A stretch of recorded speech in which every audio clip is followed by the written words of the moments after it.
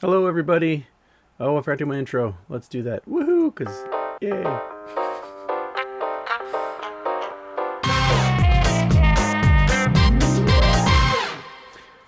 Welcome to Houston, We Have a Problem.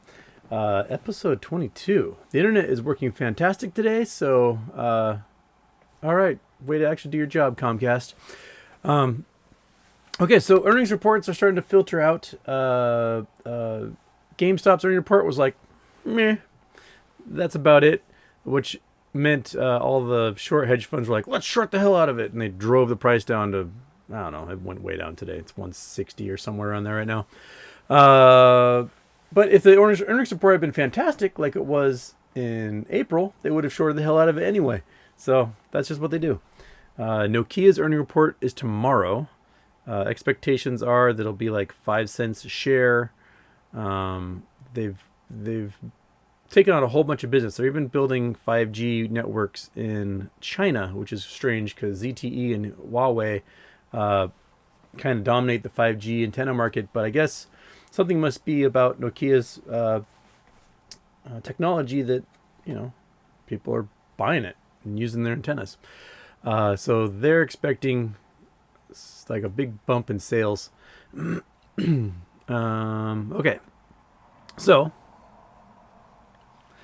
that's my news to start off the show, and then we just go into what's on your mind because you guys always ask fantastic questions.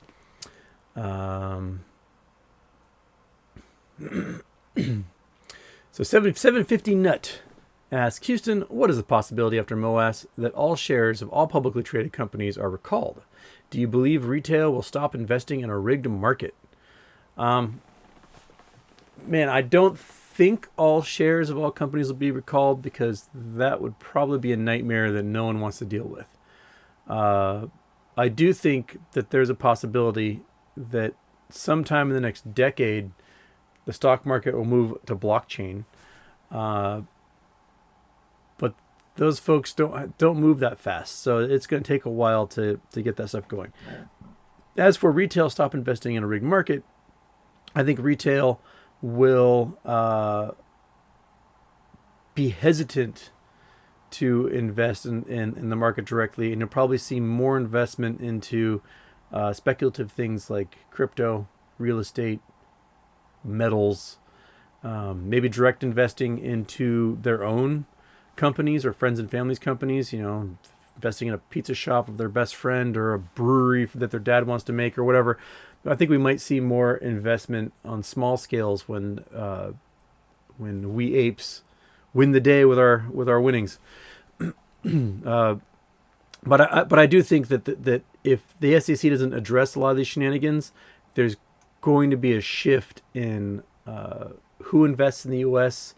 and what people do with their money long term. You might see people just take money out of 401ks and just be like, forget it. It's all rigged. Dr. Stonk Brule, what's your theory on the anomalies surrounding the Bermuda Triangle? Well, let's pull it up. Da-da-da. Got to go to the Google Earth. There it is. Got to go to the screen capture. The capture device. Go like that. Go screen capture. Bing. There we are. All right. So I need to go. Okay. There we go. All right. So Bermuda Triangle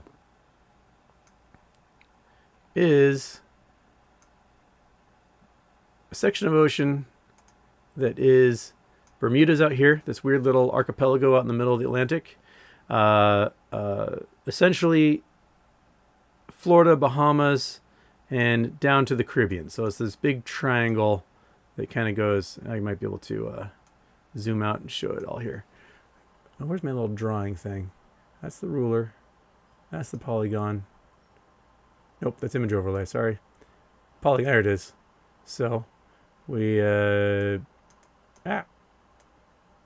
Bermuda Triangle is something like that in that area. So in the past, lots and lots and lots and lots and lots of ships have gone missing in this area. Basically because, for several reasons. One, pirates in the 16th, 17th, 18th century were all through this region. You had tons of privateers, and they would ransack ships, and ships would head out, and they would just go missing, because all throughout the Caribbean, or Caribbean, as you want to call it, there were just tons and tons and tons and tons and tons of ships that would go missing from piracy.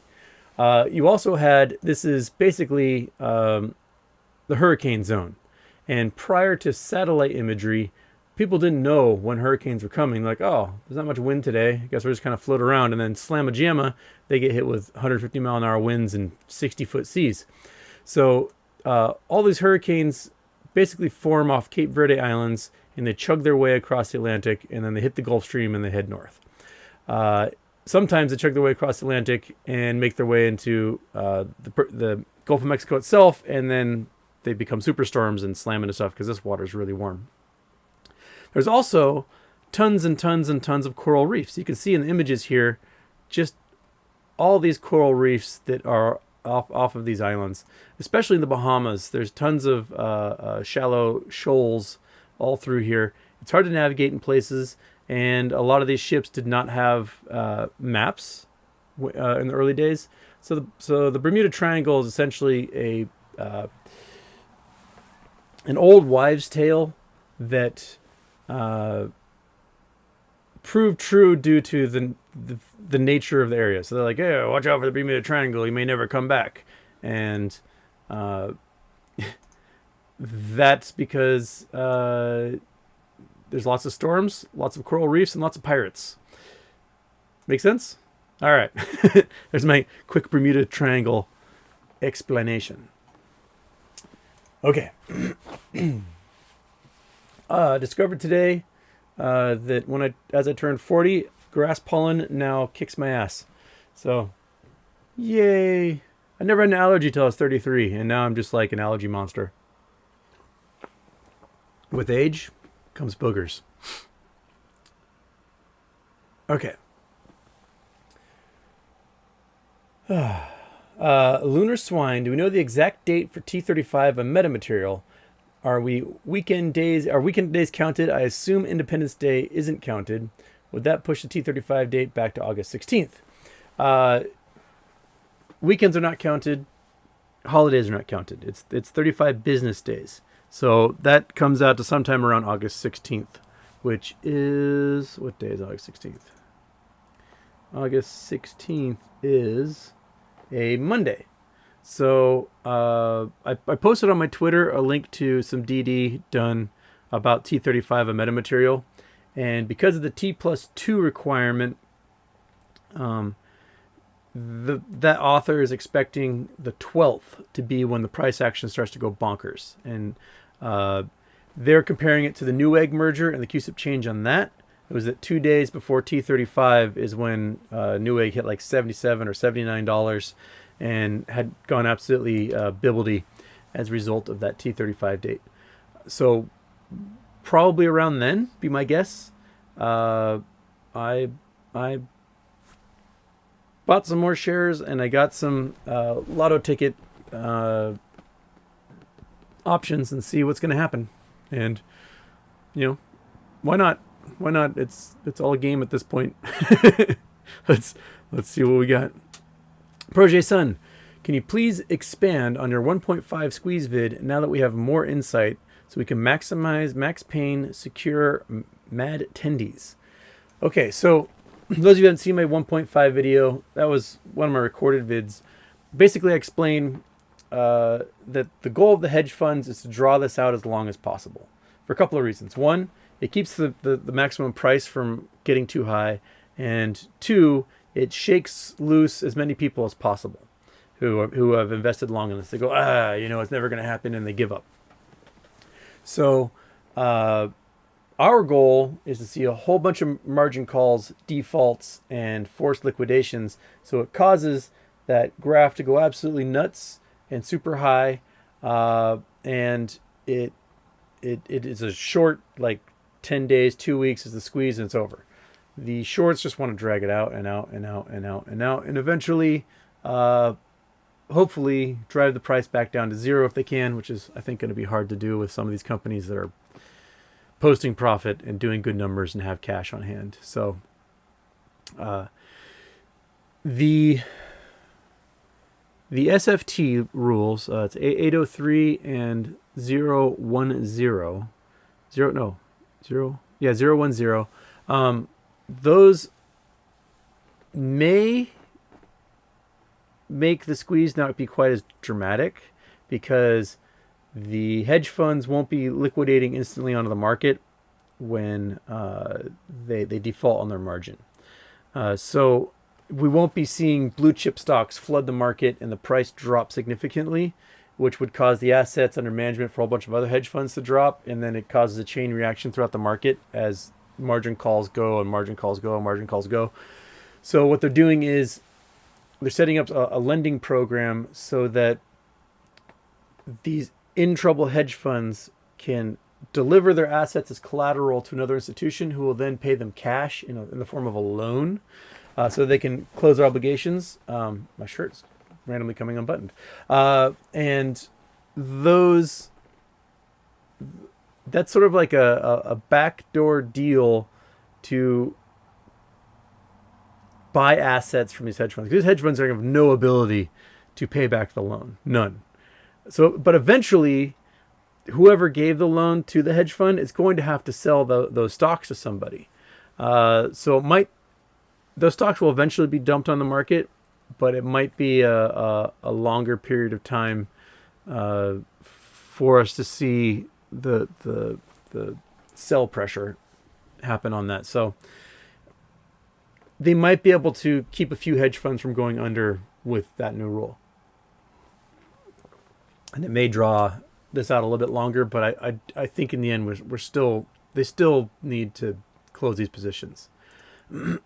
Chris Taylor, Houston, I survived the big 5.8er in Northern Virginia in 2011. Can you say more about the fault lines in the Mid-Atlantic and East Coast? What is max Richter scale East Coasters could experience? Oh man, all right, we're going back to the Google Earth. You guys love it when I get the Google Earth going, don't you? Okay, got to go clickety-clack, clickety-clack, get the Google Earth, click OK, move that thing. So there we go. Okay. I can't remember which fault line it was in Virginia that caused that, but we got Virginia in here. What we have is we have a whole bunch of ancient mountains. These are the Appalachians, and the Appalachians were once smashed into the Atlas Mountains here in Morocco, and they were huge, like 30,000 foot tall giant mountains, just like the Himalayas today. And as the Atlantic spread apart, the mountain ranges eroded and eroded and eroded, and all that erosion made the continental shelf here of the United States. So it's pretty flat along the coast because it's all just a bunch of deposited sand and debris from giant mountains of ancient times. And that being said, this whole region, you've got the Mid-Atlantic spreading ridge here, is motoring that way at about 3 inches a year. And as it's motoring this way, it still catches on things, stuff still settles. As these mountains erode, they actually kind of spring up, and you can develop fault lines all along here. There have been big earthquakes on the East Coast, notably in Charleston. Is that Charleston there? I don't have any of my labels on. Let's see here. I gotta click. How do I click on that? Layers, primary database. Nope. Click, open. Announcements, photos, 3D, weather, gallery, more. All right. Yeah, I think it's Charleston. Mount Pleasant, Isle Palms, Foley Beach. Yeah, it's Charleston. So there was an earthquake. Whoa, I put on too many layers. We're going to turn those off. Okay. There was an earthquake in Charleston in the 1800s that was like a 7-point something that was really big and wiped out a whole bunch of buildings in the area. So there are fault lines through here. And most of those fault lines have to do with, they might be kind of ancient nature from mid-Atlantic spreading ridge days, or they may be the result of the continent kind of motoring across the surface of the planet at its 3 inches a year, and it's just built up stress as it goes along. Because imagine, like, you have a big giant block of sand and you're dragging it on a sheet of paper across a room. It's going to settle as it goes. So a lot of the earthquakes that happen here are probably the result of that. You're not going to get too many compared to other areas where there's active mountain building, like all the mountainous areas out here, and where there's volcanoes and subduction zone plates. But there are earthquake faults in this area. They just don't happen as often, so people don't really think about them. But if Charleston has another big quake, people will be thinking about it. I'm not sure what the timeline is on those quakes. I'll have to look that up. Okay, back to there. Click on that. Go to camera. Click OK. Watch me fly around. Woo! Camera. Oh yeah, there's my comments. So, yeah, my guess is the biggest you probably experience is probably in that 7 range from some fracture zones there. There you go, Chris. There's your answer. Okay. Noodle Soupin asks, hi Houston, when the crash comes, how is it possible for us to get rich with GME stocks? This has to do with the way margin is set up for these hedge funds to trade.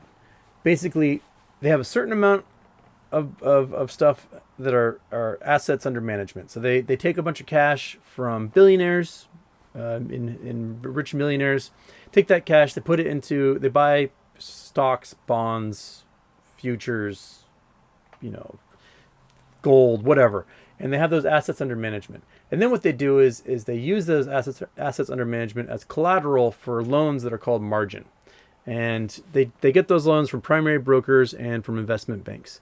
And what they do is they trade that stuff on these loans to try and make money. So the loans might be fairly low interest rate, and they're hoping to make big bets and win on those bets, and then they use those winnings as profit for their clients that whose money used to buy the assets under management. Now, when those assets under management collapse in value, the ratio of assets to margin becomes too great, and when it becomes too great, the banks and prime brokers they freak out and say, hey, you need to put cash in your account or else we have to sell everything you own to start closing a lot of these bets you made. So if the economy collapses, those assets under management shrink and margin calls go out, and if they can't provide the cash, the banks then are on the hook for buying all that stock back and closing those positions. And that's how the economy tanking would lead to us winning. And we have to think again about that scene in The Big Short where Brad Pitt is saying, hey, you dumbasses, quit high-fiving about this because people are going to lose their homes. They're going to lose everything if we're right. And that's, we have the chance to come out on the plus side of an economic catastrophe for the first time ever. But at the same time, there's still going to be 300 million people in the United States and others around the world that are going to face a lot rougher road.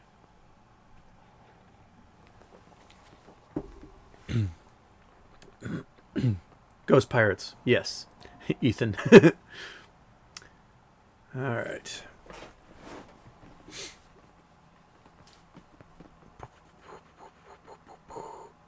Looking for them questions.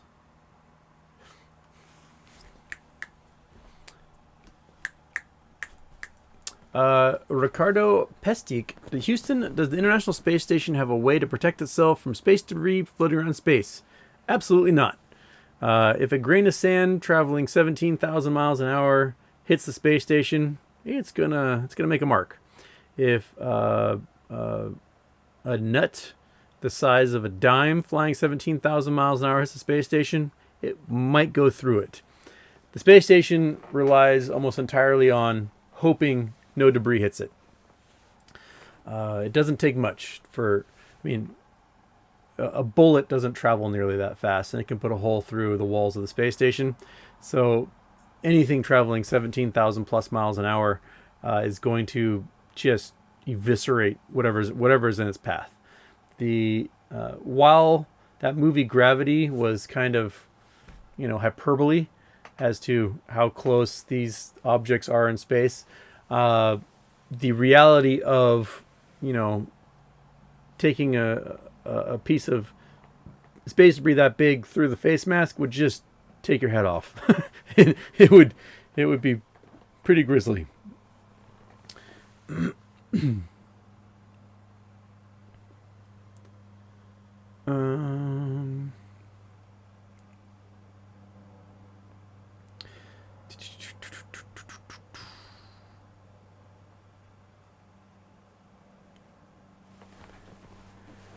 Let's see here. Sorry, scrolling for questions here. Heat Inferno. What brings MOS faster, pitchforks or patience? Yes.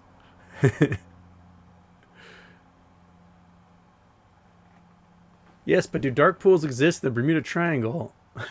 They probably do, because that's where so many of those shell corporations are. The Bermuda Triangle is full of shell corporations for all these big hedge funds.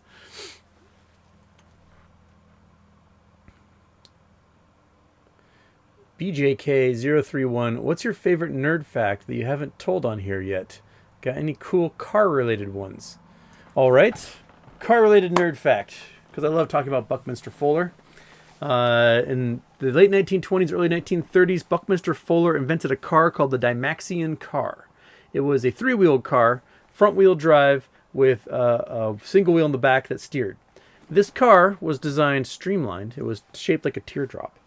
It could seat 11 people, go up to 120 miles an hour, which at the time made it the fastest consumer vehicle in the world, and got over 30 miles per gallon. It was a wonderkind of its kind. And that car, only a few production models got made, and Detroit just killed it. They went on a negative campaign saying it was dangerous. It was all these things. But the Dymaxion car was cool. It could pull into a parking spot, and because of its rear wheel, just like flip into it and be parallel. It never had any accidents until it was forced off the road by, as is rumored, someone from the Detroit Big Four at the time, Big Five. What time of year it was? The Detroit kind of destroyed the car, then sensationalized that it was terrible and should never be driven. There's only a couple of examples of it out there still today. It's pretty cool looking. It's kind of, it's primitive, but there's the Dymaxion car is pretty badass. Look it up. They're pretty sleek, and they got that whole like streamlined diner looking thing. And yes, boss, I am 40. I look fantastic, don't I? It's that clean living. Clean in body, dirty in mind. That's my secret. All right. Armando Antunes says, "Yo, Houston, what's up with your stalker spamming people on Twitter?" That's what he does. He had a bad week a couple weeks ago. One of his previous stalking victims he had framed for a crime by selectively editing a video to make it look like his victim was threatening people, and got arrested and spent a year in jail. And just recently, the jury acquitted my stalker's victim of that crime, saying, "Yeah, the video was edited. You were free to go." That same week, my stalker's mother died. And instead of, honoring his mother's death, was basically like, we're going to cremate her, no services, fuck her. Instead, he spent the entire week spamming anybody who mentions my name on Twitter or on Reddit or anywhere else that he's allowed to still participate. It's what he does. He's a stalker. That's what they do. Serial stalkers are not healthy mentally, and his goal is to get somebody on Twitter to hate me so much that they kill me for him. That's his entire goal. It's called stochastic terrorism.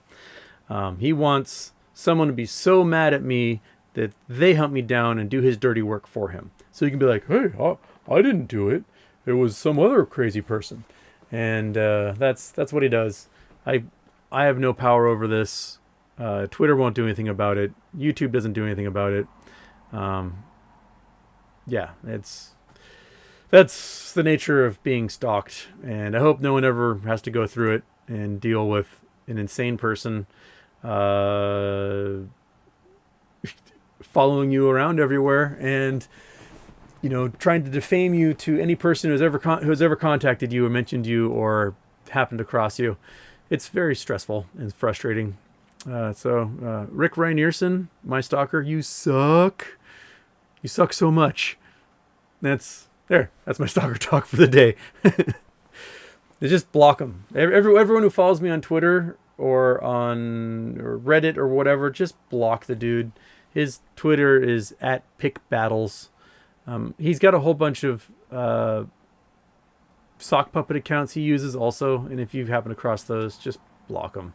Usually has conversations with himself in his stalker accounts under his own tweets, so you can pretty much just block anybody who follows him or converses with him, and your life is better.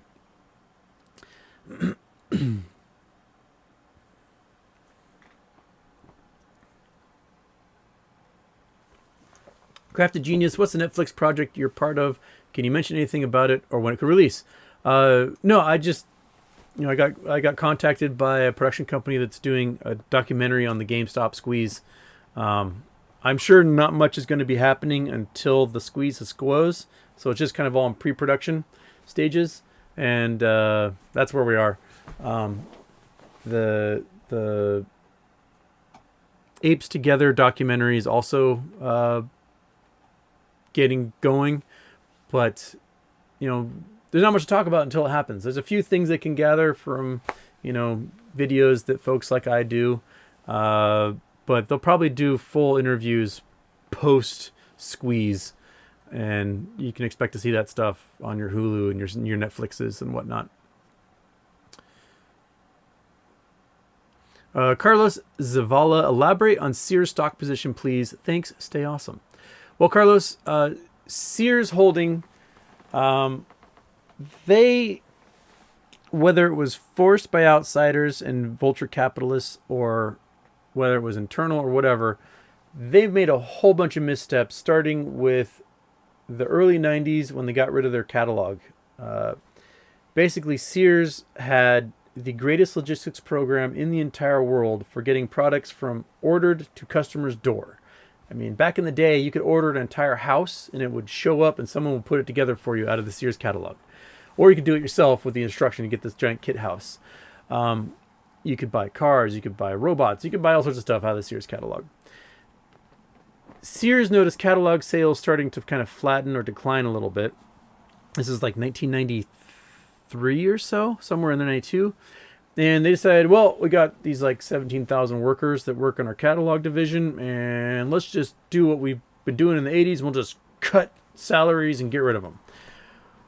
So they cut the catalog program. It disappeared, and that entire logistics setup of their warehouse and shipping network was gone. The institutional knowledge gone.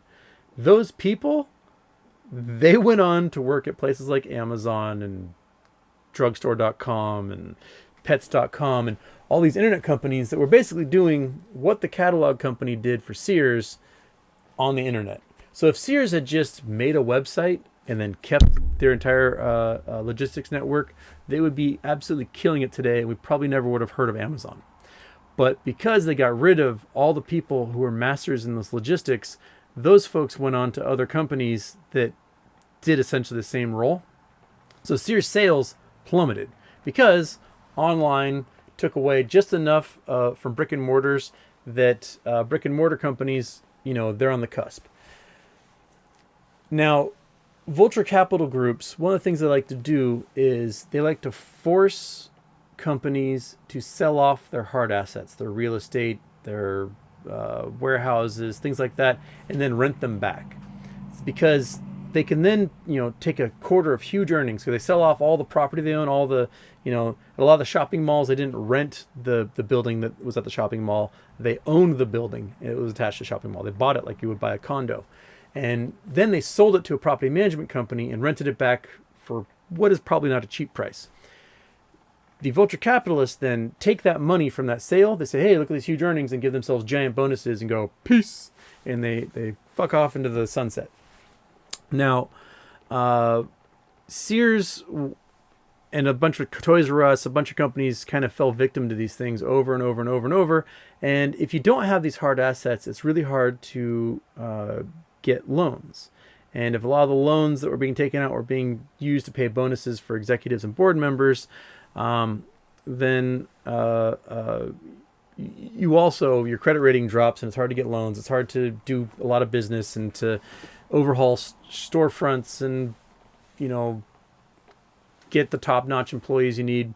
And eventually Sears just didn't have what it takes to go on from there. So they filed for bankruptcy, and they're currently trading on the pink sheets as Sears Holding Company. Well, Sears did not get rid of all their assets. They still own a whole bunch of real estate. They had sold off, probably half of it, but they still own like billions in real estate and other holdings. And the Sears stock is trading at like 22 cents a share at the moment. It's about to be put on the restricted list permanently in September, so you won't be able to buy it anymore. But as part of their settlement for their bankruptcy, they will likely have to sell their assets, pay off debts, and then the rest of those assets will go as dividends, special dividends to the shareholders. There's an estimation that for every 17 cents of the stock, there's $17 in assets that Sears still holds. So basically, you could look at 100x on your Sears stock at this point, or close to it, happening when Sears finally sells off all their assets. And that's kind of where we are. Get It Got on Reddit, he's got a lot of the DD on that, and he connects all those dots. So if you spend $100 on Sears right now, you might get $10,000 in dividend, special dividend as a result after the bankruptcy holdings are all figured out. So that's where we are. The CEO of Sears personally never sold anything. He still has everything that he bought, and I think he bought more. So if that's any indicator that a stock that was flying high, 20 years ago and is now trading at pennies and is about to vanish entirely from the market, and this dude refused to sell, I think that means he knows exactly what those assets are, and he's sitting on it waiting for everything to play out before they cash out. Sears, beyond like the Sears home stores and Sears community stores, I don't think Sears will exist anymore soon. They sold off Craftsman, they sold off Kenmore, they sold off all their brands. And that's kind of the short and gritty of Sears. Just from Dax, is Nikola Tesla vision for wireless electricity still possible? Yeah. Nikola Tesla does sorts of weird things that we still haven't figured out how he did it. That guy had a special brain. He made a car that ran off of the magnetic field of the Earth. The description, I think it was Mark Twain who took a ride with him and described it. And he was like, I got in this car, and Nikola Tesla took some crystals out of his pocket and like set them in the dashboard, and the car just started driving. And the thing about Nikola Tesla was, because he played with electricity at really high voltages and amperages, accidents would happen and shit would burn down. And Tesla, because of his special brain, and he was definitely on the spectrum for sure, he had OCD and other things, he never, once he completed something, he moved on. So he would take these notes and write these documents and figure something out and put it in a filing system, and then he'd burn his entire lab down, and he would never try to recreate what he had before.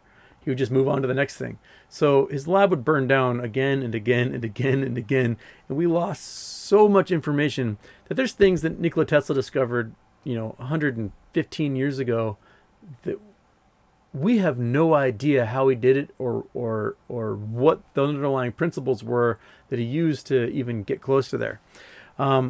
What he was trying to do was he was trying to raise money to build a big towers around the world that essentially would transmit electrical impulses wirelessly, and so that everyone could then charge their devices that way.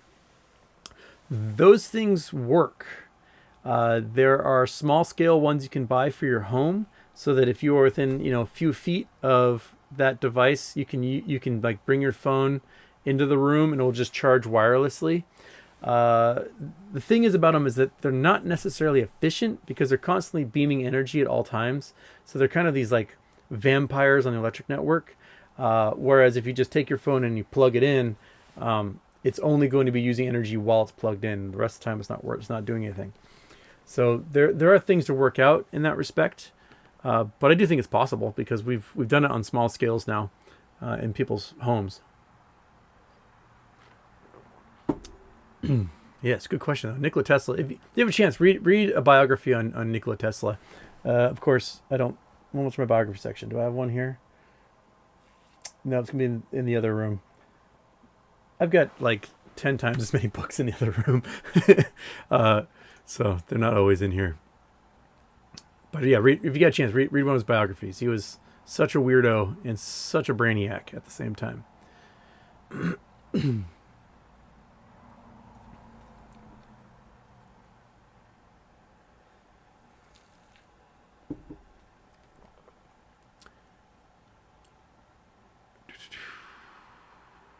Josh Welker, Houston, did you hear that the Fed is going to limit the reverse repo to $500 billion starting tomorrow?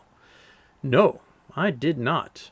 That is news to me and very interesting. So that means they're going to have to get a whole bunch of money back, right? Interesting. All right. Huh. Wonder what that's going to entail. I'd be curious to find out. But thanks for pointing that out. I'll have to look into that. Reverse repo shrinking in half as of tomorrow. Starting tomorrow. Two-wheel freedom. 4 more months for me and capital gains takes a hit. A nice reduction. Yeah. I've got, 5 months? August, September, October, November, December, January. 6 months. 6 months for me.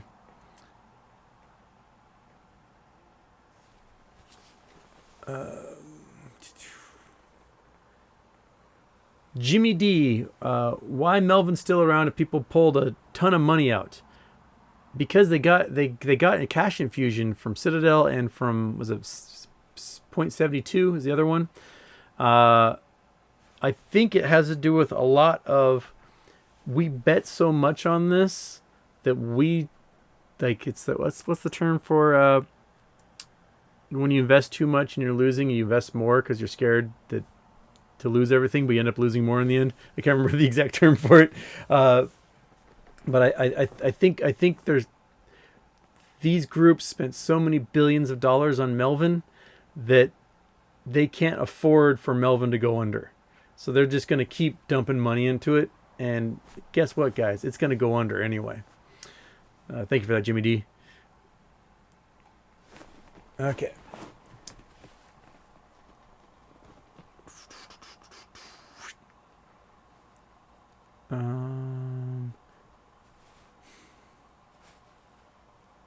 Sitting Bull says, I find it hard to believe that the GameStop board would allow this opportunity to not press their advantage to create stock price value and force mini squeezes to maximize shareholder value. Puzzling. I think they are. It's just that for them to get some of those things into place are just taking longer than we hope. Yeah, so that's what we're looking at there. Two Wheel Freedom asks, when will California erode? California eventually is going to smack into Asia. Probably 600 million years from now, somewhere around there. And it will smack into Asia, and then Asia and California will make a giant mountain range that grows and grows and grows. and will rival the Himalayas or more in size and majesty. So the California, 600 years from now, there will be no California beaches. There'll be a California mountain range where those California beaches are now.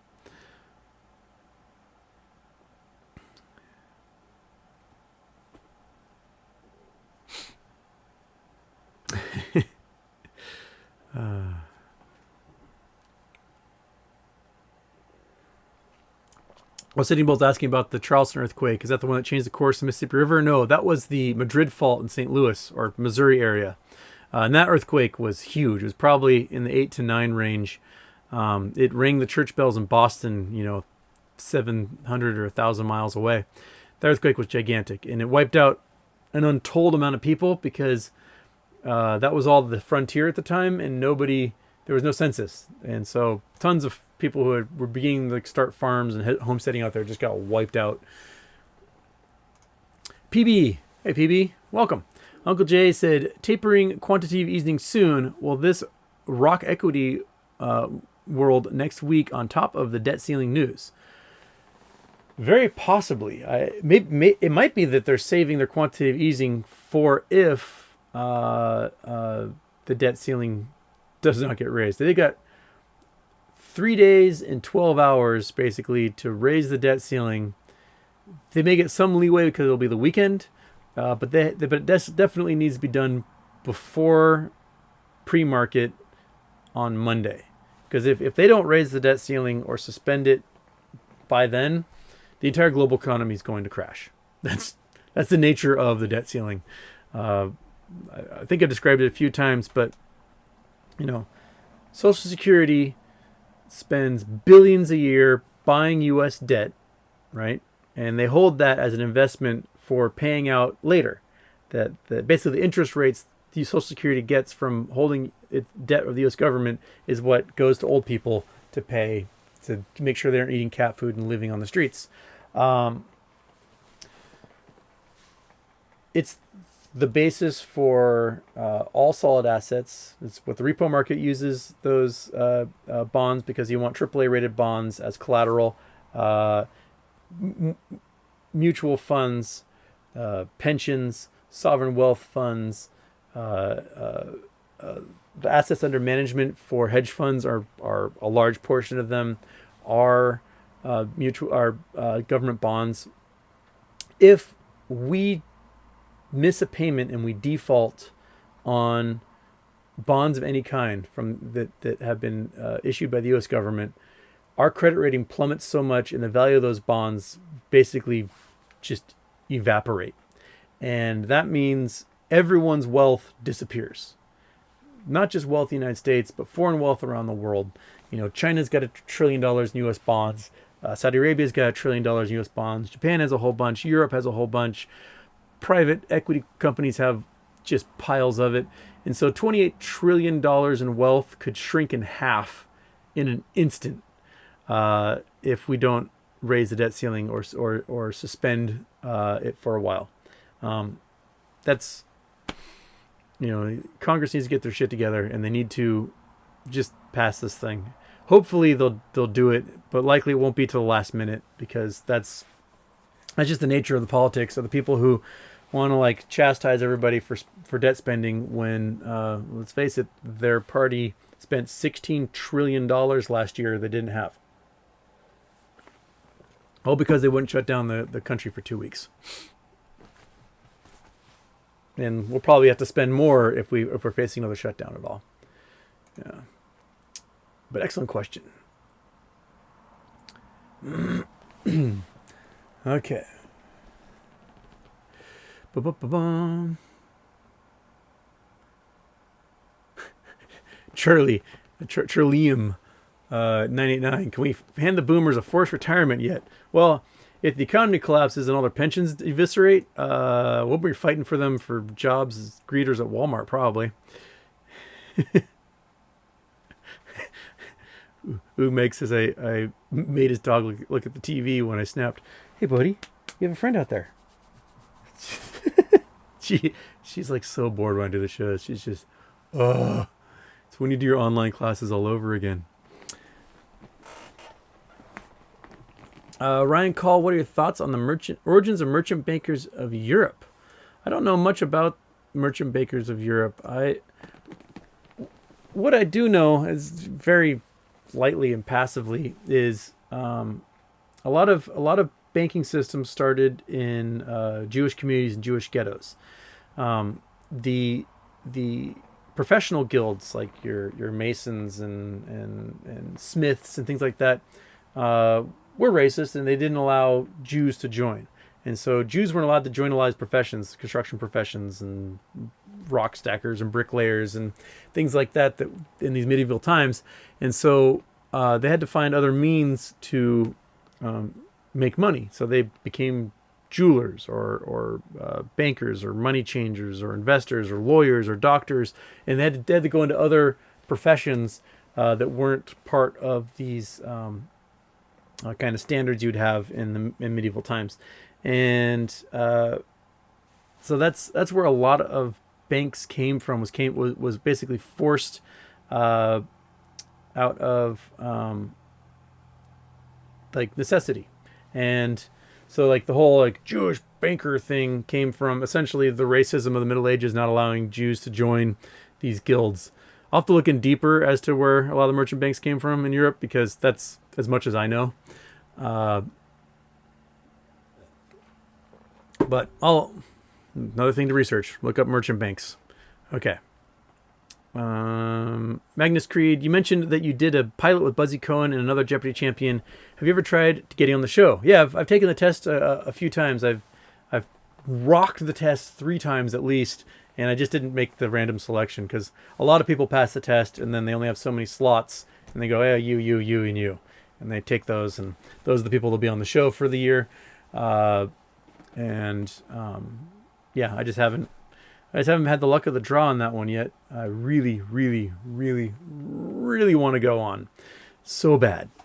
There's lots of talk as to who's going to be the new permanent host. A lot of the guest hosts have done a fantastic job. Buzzy did an amazing job when he guest hosted a few weeks ago. LeVar Burton's doing awesome. Some lady from like Good Morning America or something hosted a while ago. She did really well. I'd love to see Andy Richter host. If you never saw Andy Richter on Celebrity Jeopardy in like 2006, that dude is a super genius. He absolutely destroyed it and showed that Wolf Blitzer is one of the dumbest people in the entire world. That Wolf Blitzer is Dunning-Kruger personified. He believes he's really smart. The guy was down negative $4,000, right? So Andy Richter's at like 68,000, and Wolf Blitzer's at negative 4,000. Because it's for charity, they spotted Wolf Blitzer $1,000 for Final Jeopardy, and Wolf lost it. It's absolutely mind blowing. But Andy Richter is a genius. The comedians, when the comedians go on to Celebrity Jeopardy, they just absolutely crush everybody. Jon Stewart destroyed people. Those comedians, they're a lot smarter than people give them credit for, and they know a lot more, and they read a ton. Those guys spend a lot of time reading. So I would love to see Andy Richter, now that the Conan O'Brien show is done, get a chance to guest host on Jeopardy. He'd be fantastic. Protege Son, any conspiracy theories do you put any stock in at all? Thoughts on 9/11? Things that make any sense? Well, Protege Son, when I was doing my undergraduate, I actually ran a 9/11 conspiracy debunking website. You can still find it in the archives of houstonwade.com. It's somewhere in there. I don't know the exact link. But basically, I would do the math and do the physics for people and show them exactly how these things happen. And then, I'd take images that the conspiracy websites wouldn't show, such as, Building 7 being on fire and 40,000 gallons of diesel fuel basically exploding in the basement and the whole building going up in flames. The conspiracies that are out there are about 9/11 are absolutely, the math doesn't work out. So I mean, I could spend hours going on about this, but what happened with 9/11 wasn't that, the charges were set in the World Trade Center and it was demolished. That didn't fucking happen. When a building pancakes, the top floor falls on the bottom floor, the normal force is normally at whatever the weight is of that floor. But in the 10 feet of acceleration that it has, when it hits the next floor, the normal force is 30 times that of what it was before. And then it becomes 30 times that, 30 times that, 30 times that, 30 times that. And these buildings are not constructed to handle that stuff. Fire plasticizes the metal. It makes it soft and degrade and brittle. So if you have, 20,000 gallons of jet fuel and who knows how much paper and carpet and ceiling tiles and anything else that's on fire, that metal is going to plasticize. A jet hitting a building at 400 miles an hour is going to knock off all of the fire retardant from the I-beams, and then the heat is just going to transfer throughout the building. There's tons of buildings that catch fire. The I-beams heat up, the whole beam heats up across the structure, and then fires start all along the way because that I-beam is at hundreds and hundreds of degrees, maybe thousands of degrees. Fire melts metal. That's what it does. There was a huge fire in the early 2000s of a skyscraper in Madrid. There was a concrete skyscraper with a metal top, and building caught fire. All the metal melted into the structure, so the concrete part of the structure stood up. But the World Trade Centers were all steel I-beams and not concrete construction. So I could go on forever about that. But I'll try to remember to post a link to my 9/11 debunking page there. Conspiracy theories that I buy into.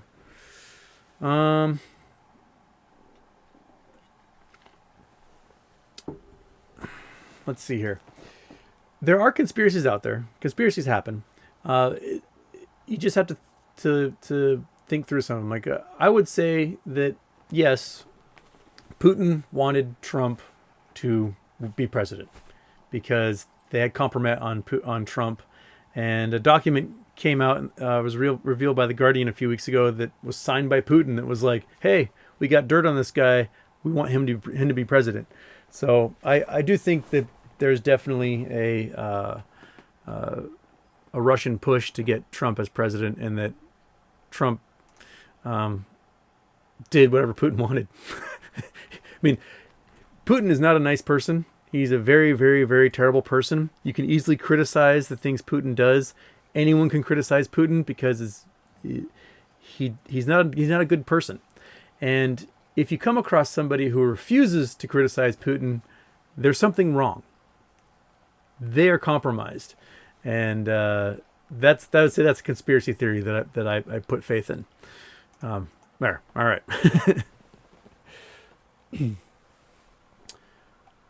Okay.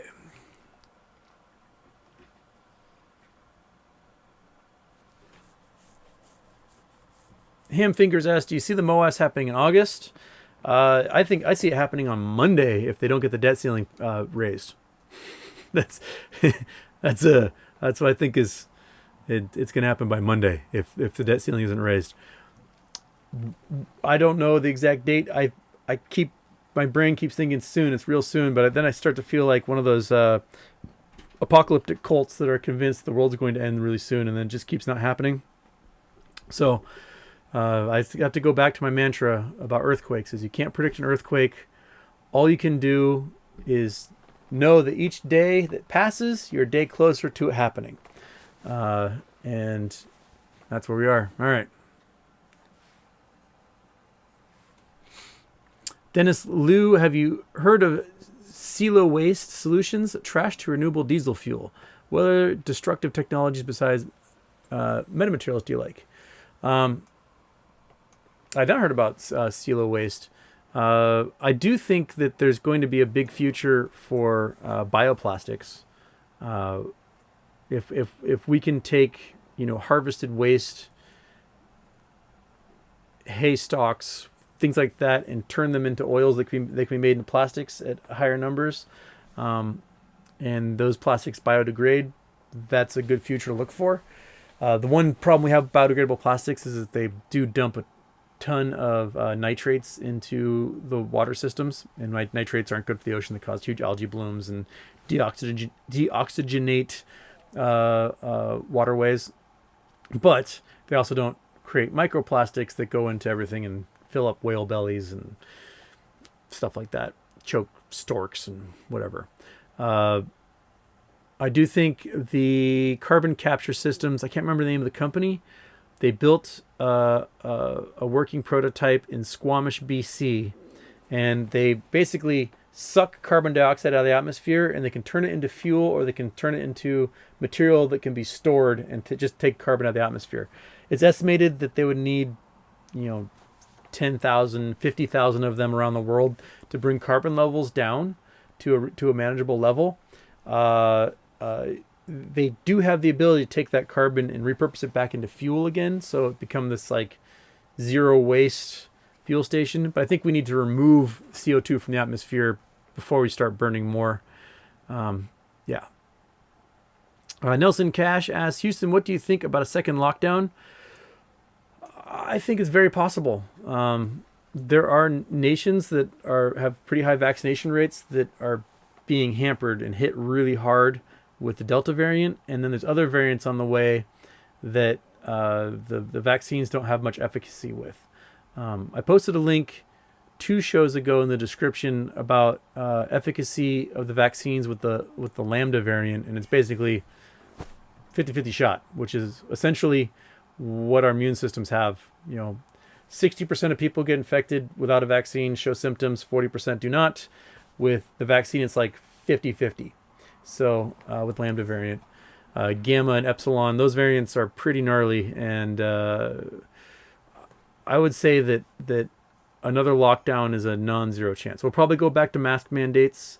We'll probably go back down to limiting sizes or populations we can have in restaurants and crowded spaces, which will also mean like probably no live concerts come wintertime or something, unless they figure this out a little more.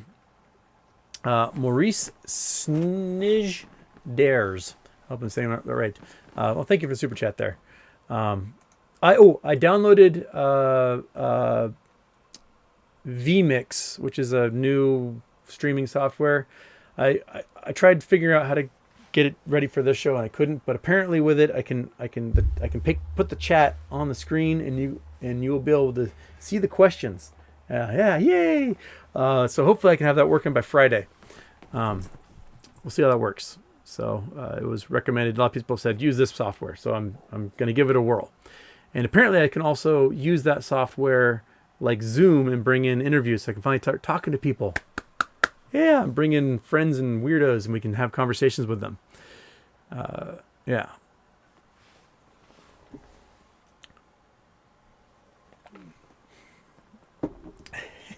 Hey, Houston, this is from YY.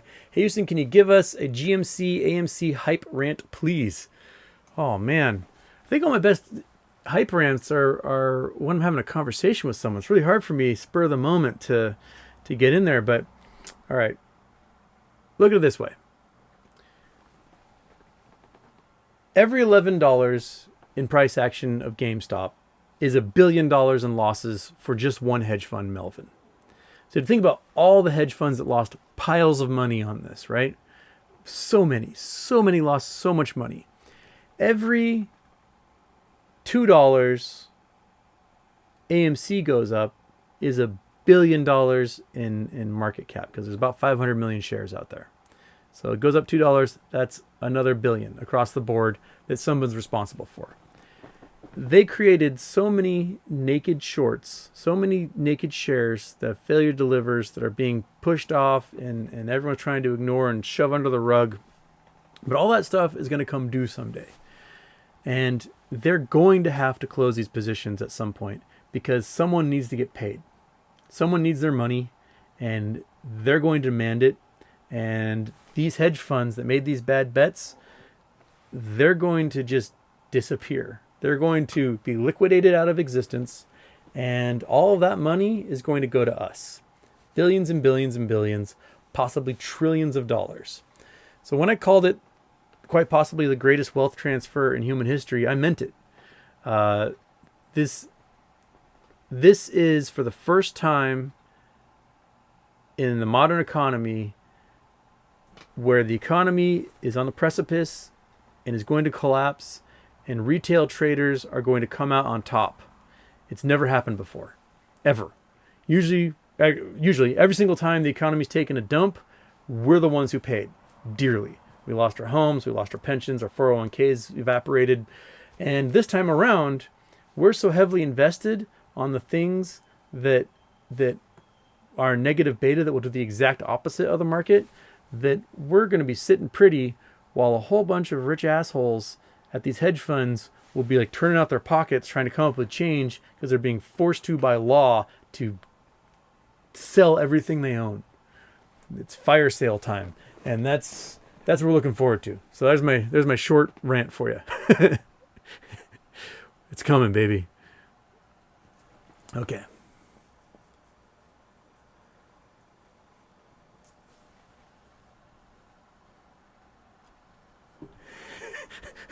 Boss writes, got to hand it to Rick. If the goal is to convince people someone is not really smart, Houston is a challenge.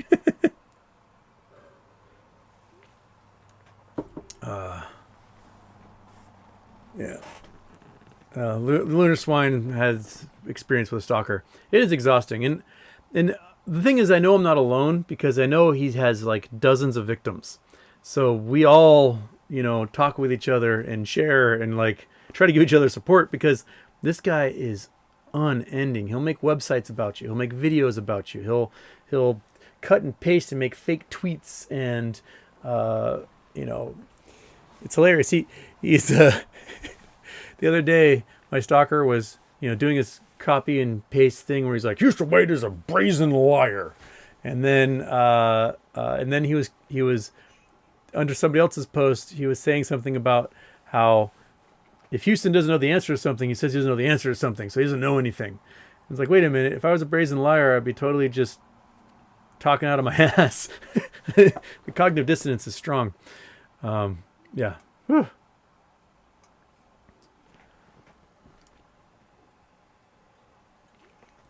But it works on a couple of people. I mean, there's a few folks out there who hate my guts, and I'm sure there's a few hedge fund accounts that will amplify my stalker simply because it gives them the ability to do so. But we also have to remember that my stalker's wife is a lawyer who has represented the dark pools.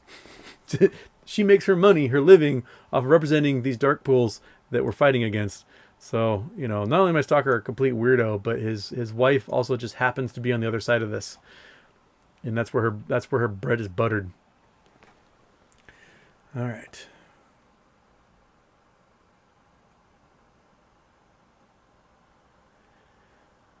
Oh, another super chat from Jason Butcher. Hey, Houston, do you know about weather?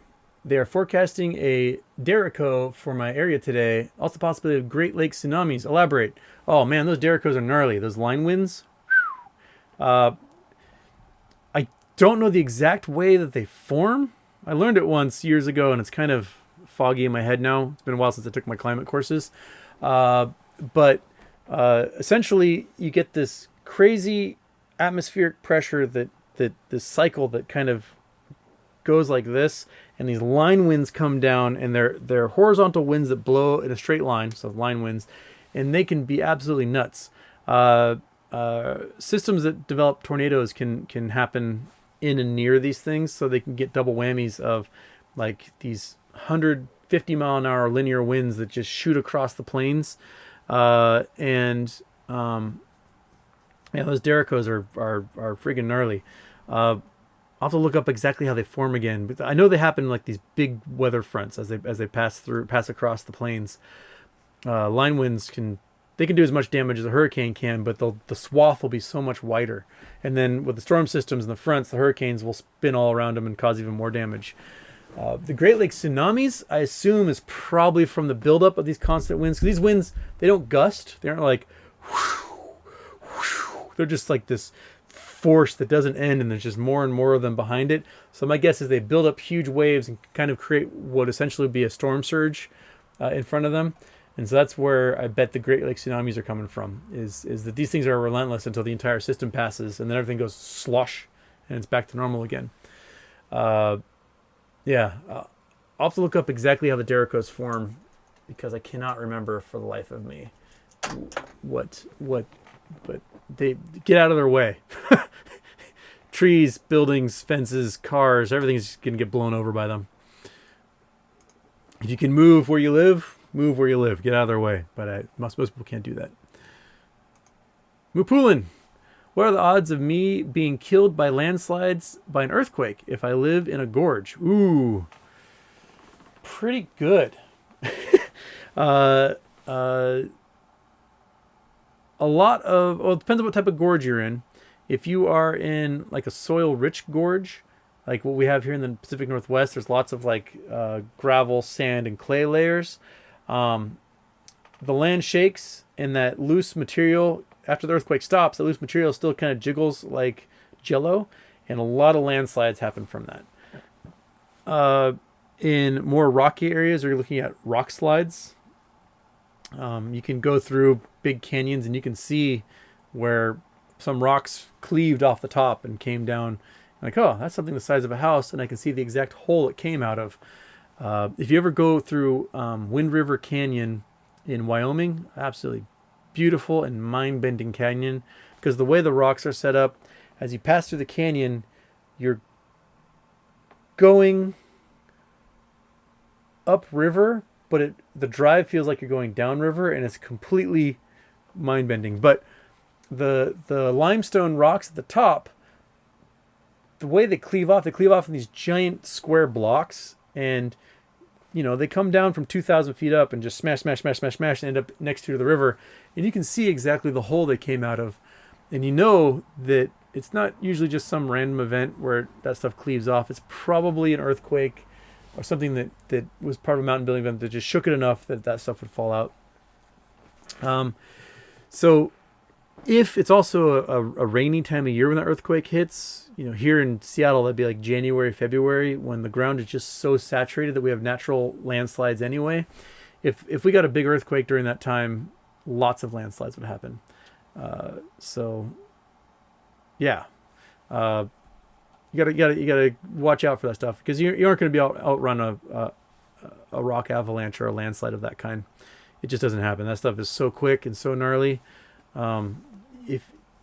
If you read about like the Oso landslide that happened a few years ago up in Snohomish County in Washington, it took out 130 people like that, just gone in an instant. The mud just whoomp next to the river, and I know it's kind of morbid, but there's a lot of jade you can find there now in the river, because a whole bunch of jade came out of the cliff.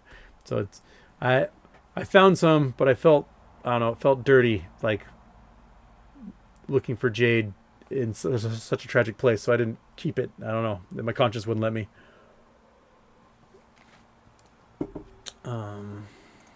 Hey Houston, are there any minerals worth mining on the seafloors or that drain away the seawater?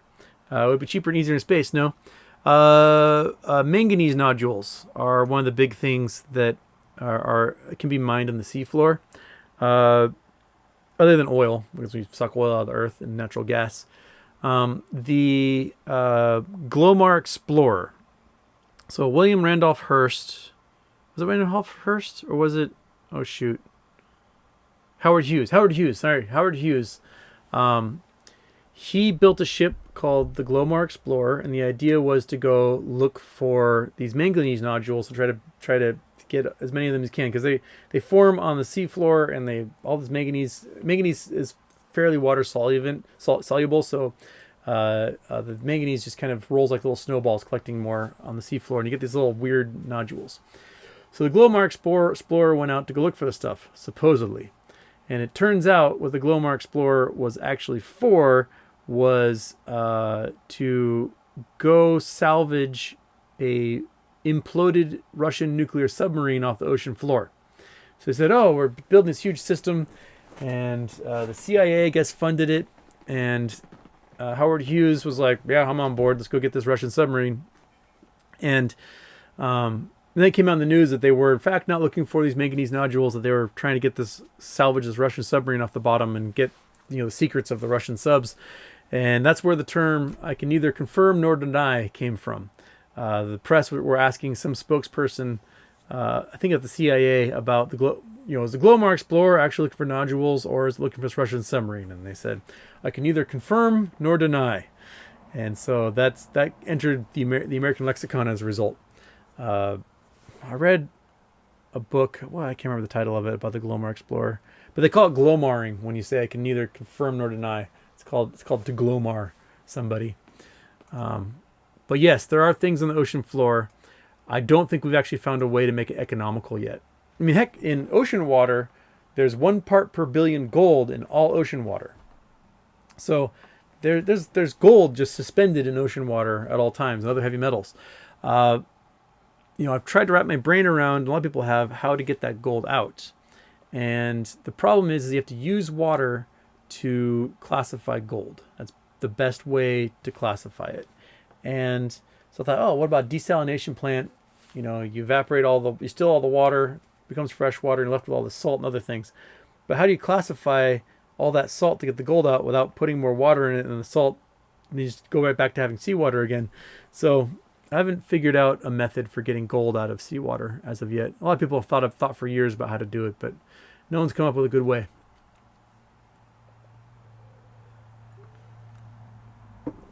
Pass Out King 1 asks, will Fin Watchdog Fed derivative release lead to MOAS starting? I don't know. Charlie's Vid says no. Fin Watchdog says yes. I don't know who to believe. Charlie says it's a normal thing that happens every quarter. Fin Watchdog says that the way it's happening this quarter is different. So I don't know who to believe on that. I hope so, but there's so many weird things happening at the end of this week that it probably won't matter what the release is if the debt ceiling isn't passed.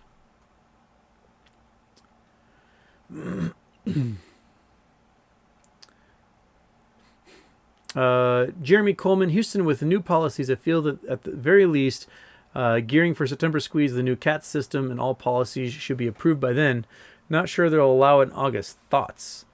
I had to read up on the CAT system. So the CAT system is it was started in the Toronto Exchange in the 70s, and basically the old system was guy yells out price on the floor, somebody yells out a buy, and they agree, and then that gets recorded. Now with the way limit orders work electronically, they, I guess, take like an average of the orders that are being honored every second or every minute or whatever, and that sets the price across the board. And I think even with the CAT system, that may still apply to the dark pools if we're lucky. So the prices exchanging on the dark pools would then reflect on the main exchanges through the CAT system. I might be wrong on that, but from what I read, that's kind of how it sounded it would work. So, Smooth Gotti Beats asks, Houston Wade, is the Great Reset possible? I don't know. The Great Reset, is kind of this, like, I guess for some people it's this idea that everyone starts out at this level playing field and we start all over again. Kind of like Jubilee in ancient Roman times. The Jews in Roman times would have the Jubilee where after every 7 years debts were wiped out and you start all over again. I doubt the powers that be would ever let that happen. I think they would rather kill off large sections of the population than let that happen.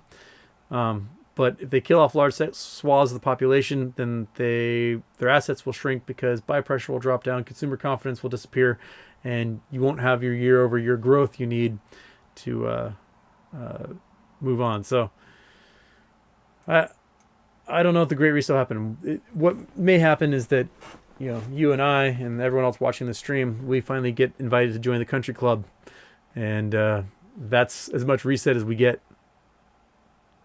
Cash Dallas asks, what's the Sears symbol? SHLDQ is the Sears symbol. Fidelity won't let you buy it. It's on their restricted list. I bought some through Schwab. Schwab let me buy it. So that's where I got mine.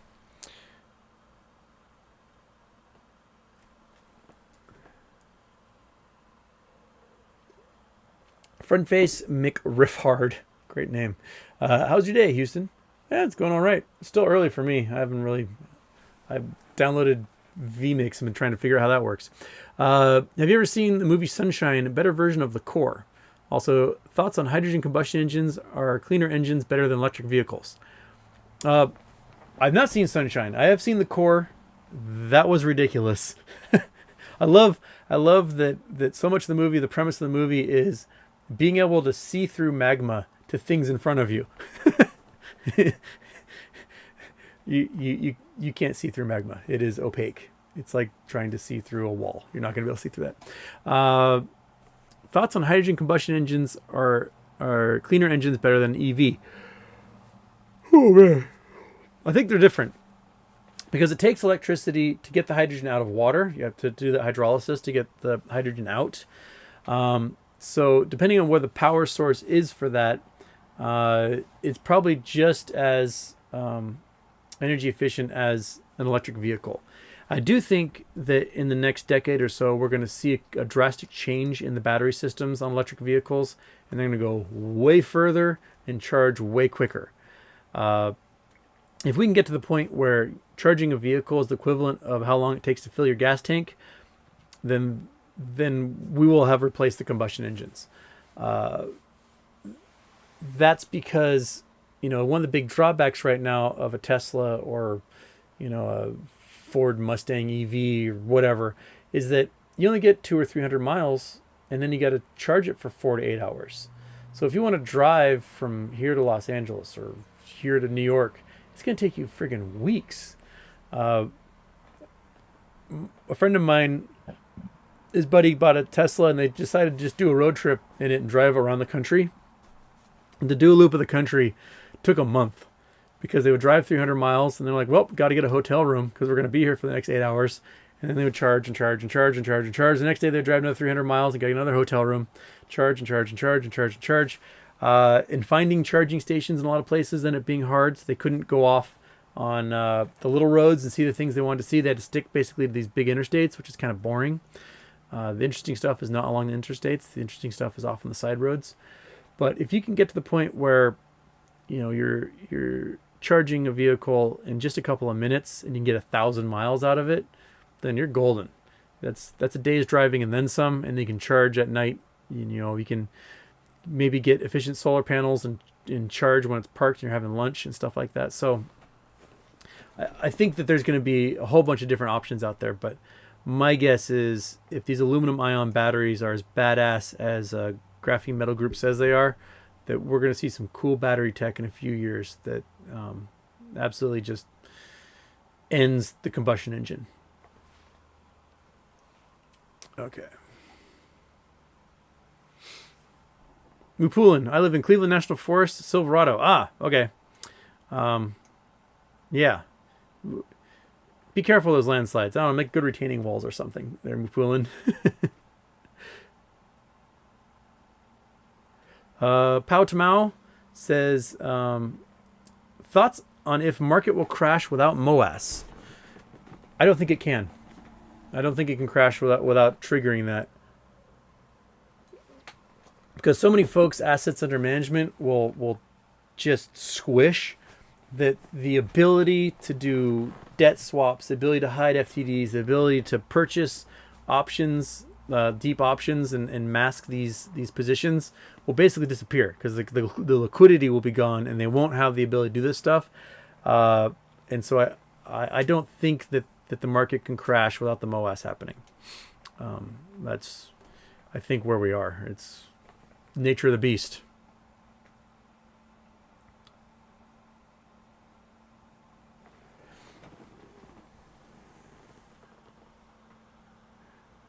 Maurice, is it Snyder's? Sneeders? There's no. Boss says there's no English sound in. There's no sound in English to compare the IJ to. No chance to explain it in writing. I might be saying it wrong. He's in the Netherlands. We use the IG instead of Y. Okay, so it'd be Snyder's. Snyder's. Okay, Snyder's. There we go. Thank you, Maurice. Sorry, I will butcher. A lot of people who have names from other languages that emigrated to the United States, their families end up just butchering the names forever because everyone did. And so, like, you could have my friend Ryan Wojcicki. He actually, his name got pronounced wrong. It's an old Polish name, and they had to go back in time and look at how the Poles pronounced it, because in America everyone's pronouncing it wrong. So then this whole family changed the way they pronounced it. So many consonants in there.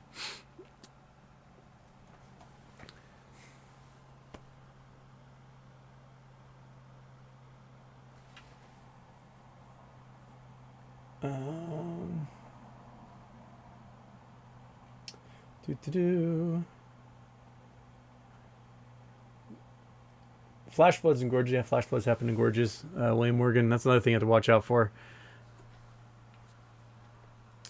Okay.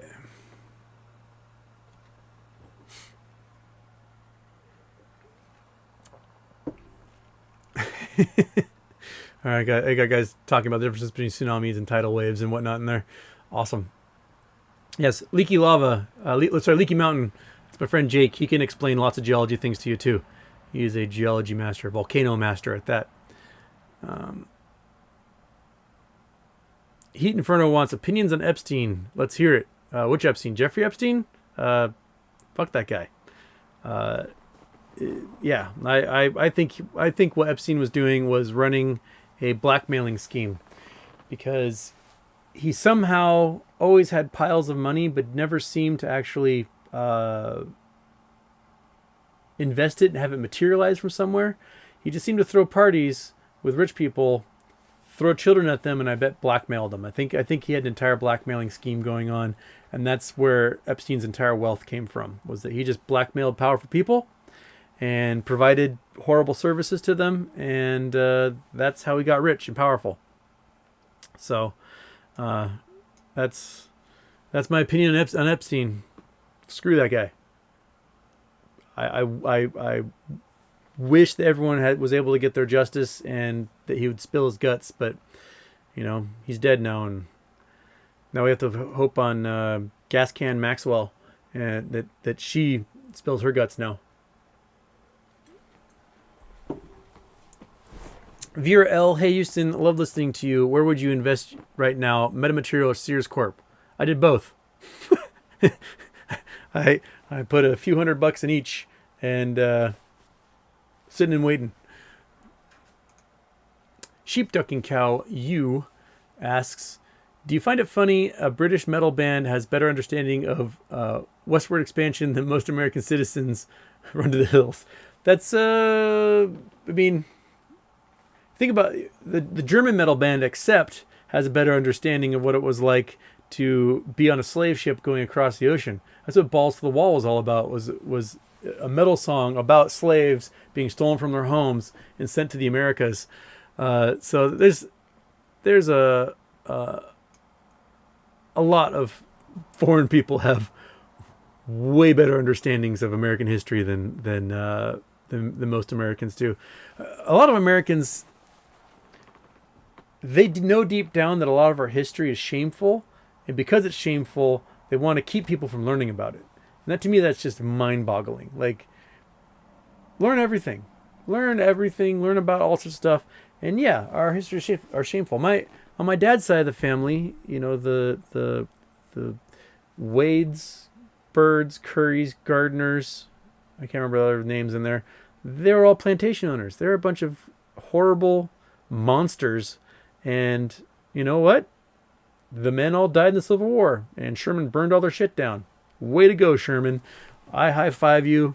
My ancestors were assholes. I can learn about that and not feel like, oh, I'm a piece of shit. No, they were the pieces of shit. So, I think in the U.S. we need to do more. We need to do more learning about our history, and so that we can, sit on that and recognize that it's part of how our society was made. That, westward expansion is not a bad thing. I got a 30-day ban from Facebook for explaining manifest destiny to somebody. Facebook called it hate speech and froze my account for a month. So, you know, I don't know if it's algorithm or somebody's like, I don't want people learning about manifest destiny on there. But, you know, I've gotten the weirdest bans on Facebook. I got a 30-day ban back at either end of May, beginning of June. A human being was literally talking about lynching and murdering all the black people in America. And I was like, hey, you're a racist piece of shit. And I got a 30-day ban for bullying and hate speech. And then the next day, I got this notification from Facebook. It's like, hey, it turns out you may have been exposed to a violent extremist. I'm like, really, Facebook? Nothing happened to that dude, but I'm on a 30-day ban for pointing out that he's a violent extremist. So there's, you know, our algorithms are not set up so that people can learn history and deal with the actual shame of our past. And man, you guys really know how to get me on a tangent. Zuckerberg, figure your shit out. If Mark Zuckerberg put me in charge of Facebook's moderation, I could get rid of every Nazi in less than 3 weeks. They would be off of there, and we wouldn't have to worry about them anymore. But they're like, oh, we can't figure out how to get rid of all these Nazis. You can do it. You know exactly how to do it. Okay. Sparky says GME more than doubled their warehouse space for fulfillment centers. They are going to sell a lot of new items and grow top lines for years to come.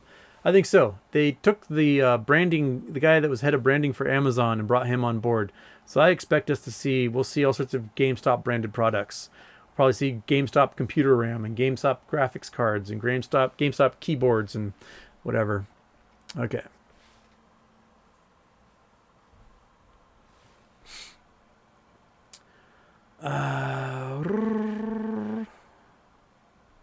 So William Morgan says the SEC is now officially new bills. HR 4617, investigation and consideration to ban payment for order flow in the U.S. due to conflict of interest. Awesome. Who knows what Congress will do with this, but yeah. So that's that would be fantastic. I mean, I have no problem with the way the system was before, which we had like flat fees where, you know, TD Ameritrade was the first ones, or I think it was just Ameritrade back then, and E-Trade. They came out and they were like, hey, flat fees, $11. You can trade as much as you want for $11 a trade, which, you know, cool. Then, you know, get lower and lower and lower as the competition would come in. Oh, $2 a trade, 50 cents a trade, whatever. And then they moved to this payment for order flow system, so there was no commission whatsoever, and everyone's like, woohoo! But we're now realizing the cost of that payment for order flow system is it allows them to manipulate the price of stocks in ways they never could before, and to move all this stuff through the dark pools. Yeah, one of the problems with the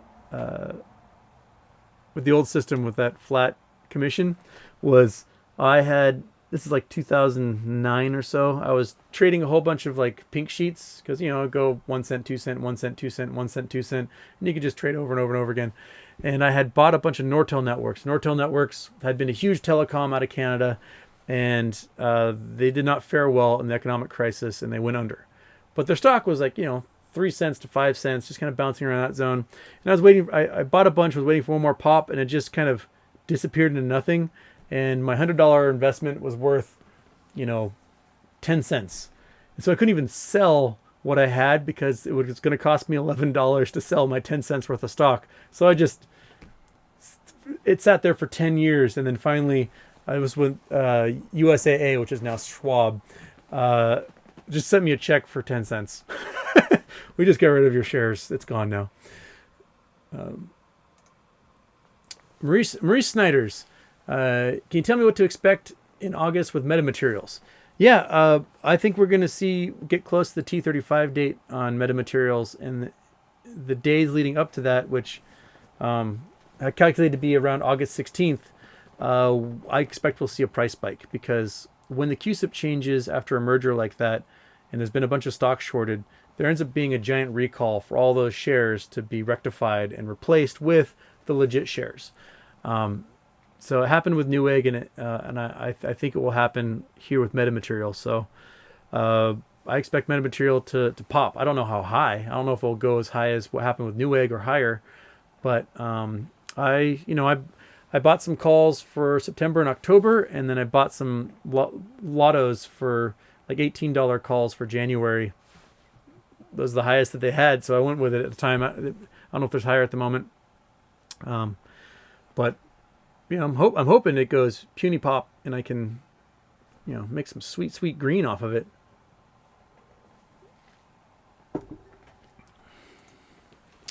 Okay.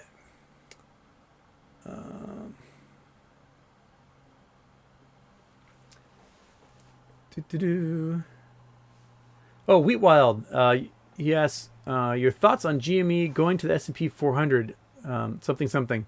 I don't know about it. So as a response based on past experience, I'll put some orders at 150. Yeah, it's a big deal that GameStop is now running with the big boys. The S&P 500 and above are, those are the companies. Those are the guys that make the market. And if you invest in the S&P 400 year over year, you're making 8% on your investment every single year. And there might be a dip from an economic crash, but then it goes right back up, and you make 8% a year over year. So GameStop moving into that realm is a big deal, and that shows that GameStop has moved from overshorted stock to meme stock to blue chip. We can say that if GameStop joins, or when GameStop joins the S&P 400, they are now a blue chip stock, and it's really, really hard to ignore that and to keep shorting GameStop if they're a blue chip. They're sitting on so much cash right now, and they're going to be making profit like nobody's business in the next year or two. So especially as they grow their online presence and are competing in that realm with Amazon and Newegg and other companies that sell those electronics online. They've got their niche, and they're going to run with it. So I think GameStop sales year over year are going to be up a lot.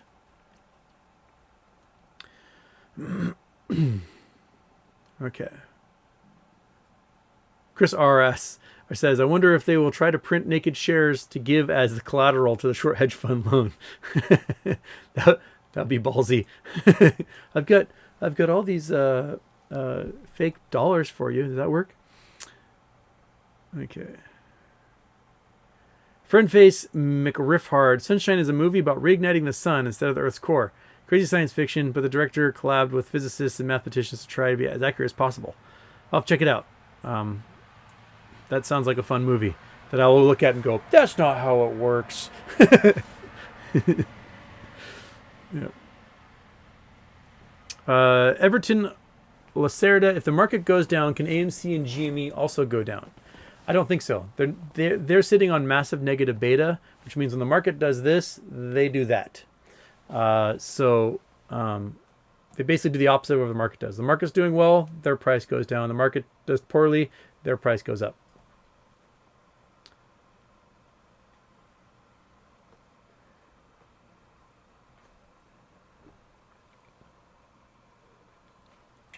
Man, Epstein Island is for sale. I don't know who's going to buy. Whoever buys that is just going to level the thing and probably light it on fire before they do anything with it.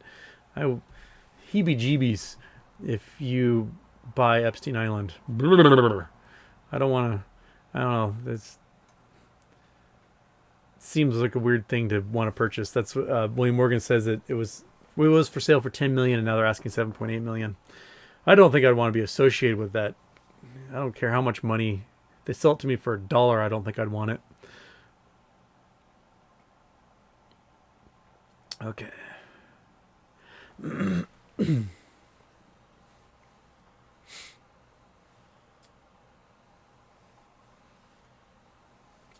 Yeah, Wheatwild was talking about Graphene Manufacturing Group. I bought some of their stock after I read a Forbes article about the aluminum ion tech they have.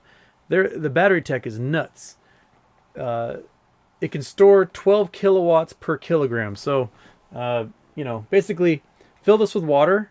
That's 12 kilowatts of energy you can put in there. That's the volume, the mass. Like it's basically a kilogram of water. So if you have that much the graphene material for these aluminum-ion batteries, basically it's like 12 times the power density of the current lithium-ion batteries without any of the need for all these cooling systems.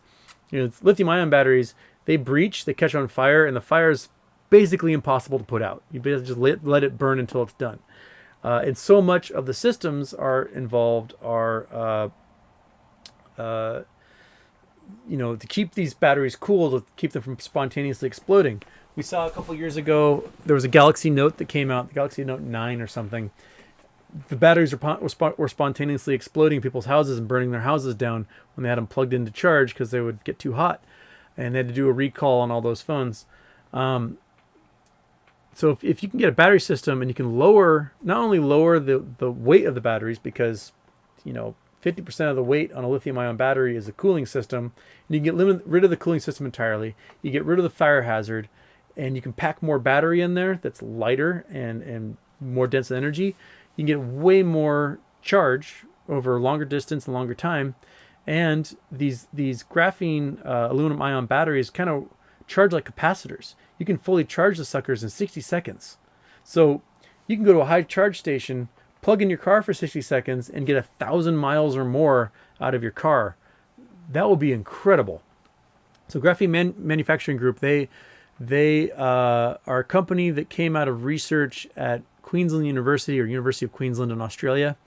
And basically it's an Australian company, but they're traded on the Toronto Exchange. And I bought their shares through Fidelity because I have the ability to do international trades on Fidelity. And last I looked, it was trading for like $1.70. But it's one of those things that if they actually do bolster manufacturing, starts going into phones and home batteries and cars, it's going to be worth a fortune. Okay.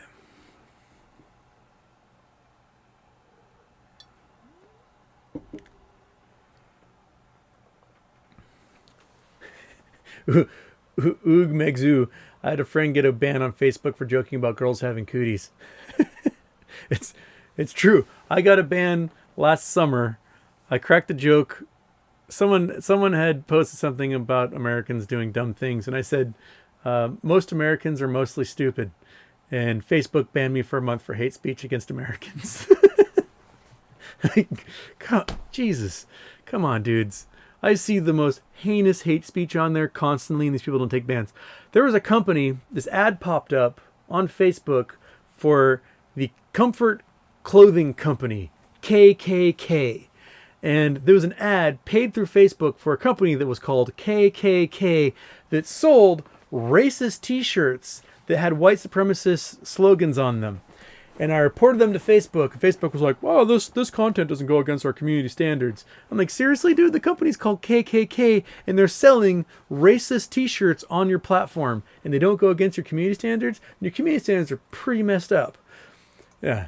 And yet I get a 30-day ban for cracking a joke that most Americans are mostly stupid, which we all know, most Americans are mostly stupid.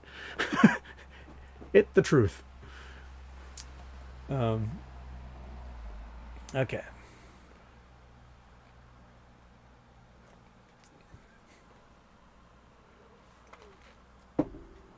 Oh, all right. Look at the chat here. Going for questions. I got the Grace Foundation putting Bible quotes in there. You do your thing, Grace Foundation. Sunshine was made in 2007. Someone says the best. All right, that's a sci-fi movie I'll have to check out.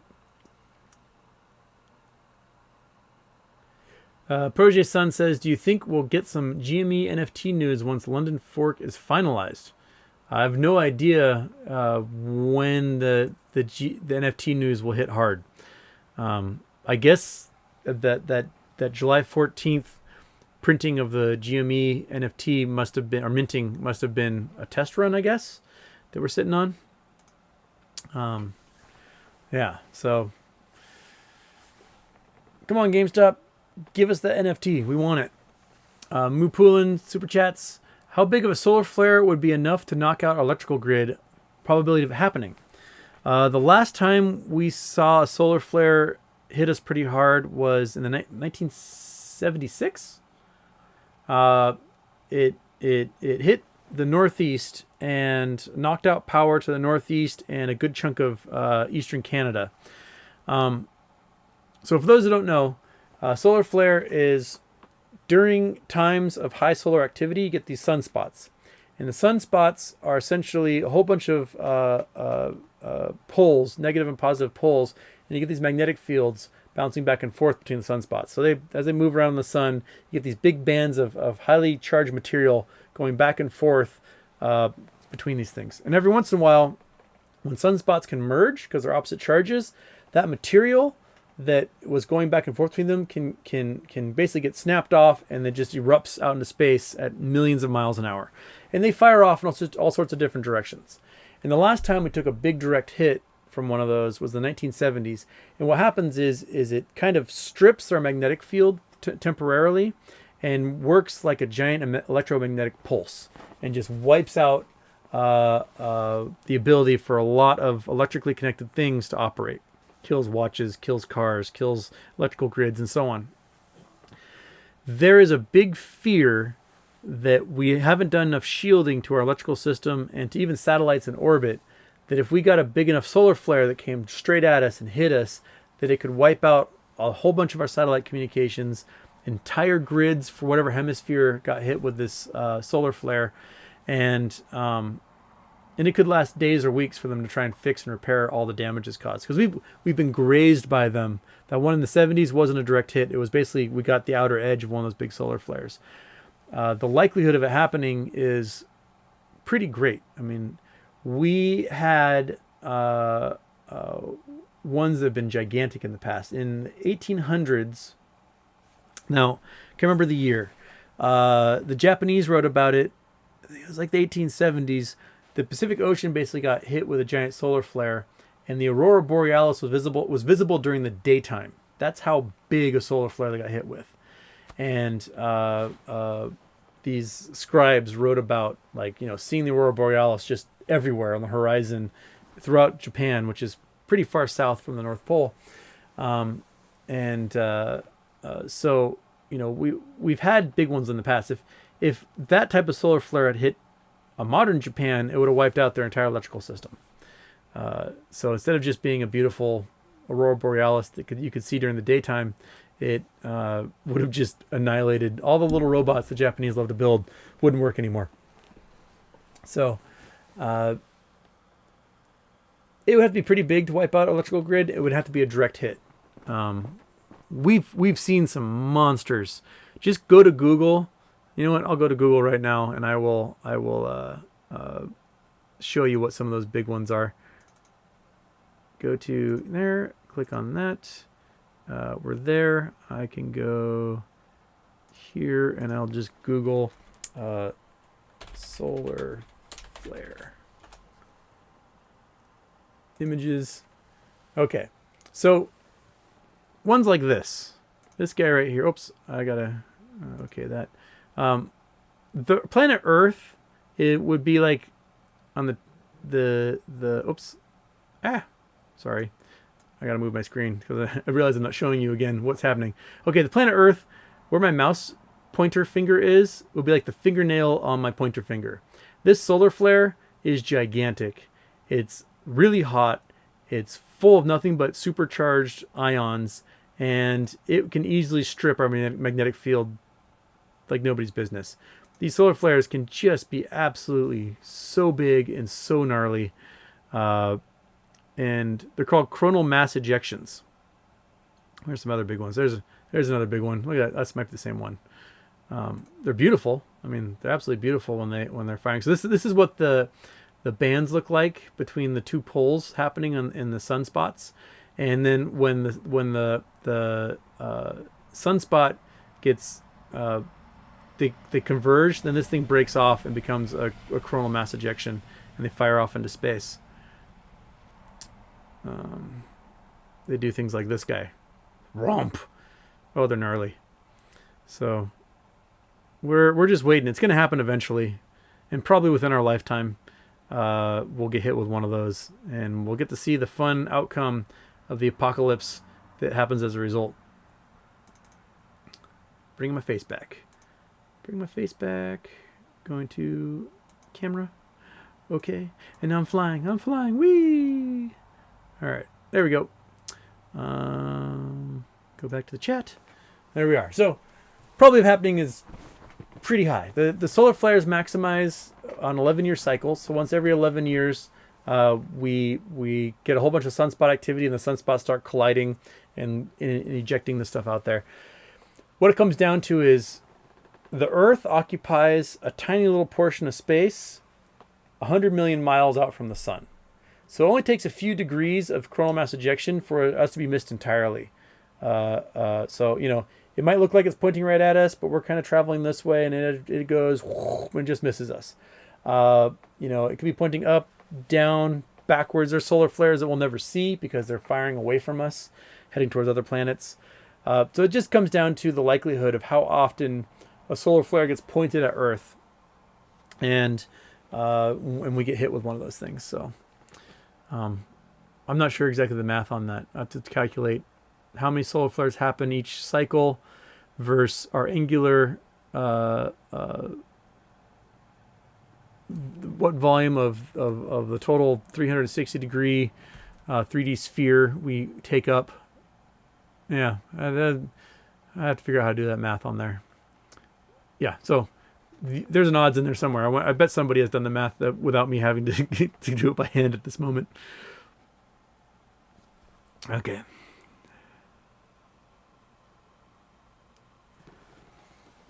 Heat Inferno, Amazon rumors of using blockchain. Yeah, I was in the car the other day, and NPR is talking about that the Amazon is hiring blockchain experts at the moment.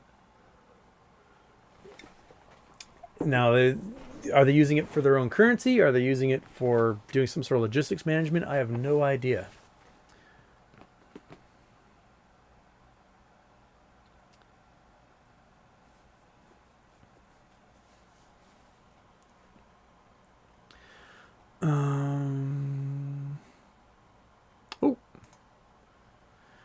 Josh Pet Pals, Tennessee. How hypothetical are wormholes? Is it impossible to bend space, or is it just an unknown? We can kind of create anything we want in theory. Because we haven't seen any, and they've only been the product of mathematical calculations and postulations, right now it's a hypothesis, and it hasn't been proven. So I don't know if they'll exist or not, or if we'll ever find one or create one. The idea of a lot of space travel is I need a sheet of paper here. I'll take the list of baseball players that play in the 4th of July baseball game. So the idea of a lot of faster than light space travel is you have, if you pretend space is a 2D object and you want to get from here to here, you fold space, you transfer your location, and then space goes back again. So the wormholes act as sort of conduits from here to there, so it acts like a bending of space. I can't put much faith in it beyond being a hypothesis at this point, because we look out in our telescopes and we don't see evidence of where they would be in space. We don't know what they would look like. So it's a very convenient tool for science fiction, because you got to move around space as fast as you can. So yeah, there's thoughts that black holes suck things in, and then there's a wormhole on the other side that spits them out, or a white hole. We've never seen a white hole, so we don't know what that would look like. Yeah, I don't know. There's a chance. I don't know. We may have to start exploring space deeper and more physical than we are with just our telescopes now, because a lot of good science happens when you can poke stuff with a stick, and when you can't like hold it in your hand, it's really hard to speculate. So when our space travel technology gets better, we'll have a better idea. And Josh Pepel also asks via super chat, and thank you. If anyone has connections, we should totally get Houston and Dr. Neil deGrasse Tyson connected. Sit down for some interview time. Oh man, that'd be awesome. Yeah, if any of you know Neil deGrasse Tyson, I'd love to sit down with him. My sister would be so jealous. She was trying to get deGrasse Tyson to come speak at her college for so long, and just couldn't get it together, she would be so jealous if I talked to him. I could just like rub her face in it forever. I know what will happen though is that she will magically appear next to me and take over the interview. I should have my sister on. I wonder if she would do a show with me. She's a fantastic science educator and brilliant physicist, Navy captain, sharpshooter. She was like the highest ranked female sharpshooter in the military at one time. Absolutely just badass. Okay. Wallace Lockhart, come to Transylvania. I have space for you. You will love the local cuisine, and maybe I'll make you immortal. Dude, I'm game. Let's go. Let's go to Romania. I want to go through the Balkans, that whole region, into Romania, Bulgaria. I have a friend from college that's from Bulgaria, and one of my roommates is a war refugee from Croatia. Still has a bunch of family there, and so like I want to just hit that region and travel everywhere. Okay. Boss asks, does the cycle coincide with the strength of the Aurora Borealis? That's 2023 next, if I'm not mistaken. You're exactly right. That 11-year cycle, basically from maximum to maximum is 11 years, from minimum to maximum is about 5.5 years. And 2023 is when we should start getting maximums for the Aurora Borealis. I have been to Norway. I've been to Alaska. I've been to Iceland. I live in the northern part of the United States. I have never seen the Aurora Borealis. When I was in college, there were solar maximums that happened, and I was in Hawaii at 20 degrees south, 19 degrees south, and the Aurora Borealis made it as far south as northern Florida, and didn't make it to Hawaii. Didn't get to see it. Every time it's happened in Seattle, and I found out about it, it's been cloudy, or it happened and we didn't get it forecasted, and so a bunch of people who happened to be outside late at 3 in.the morning happened to see it, and I totally missed it. So I've never seen the Aurora Borealis. It wasn't happening when I was in Norway or Iceland or Alaska, and I want to be there for it someday, and I just have never done it. Okay.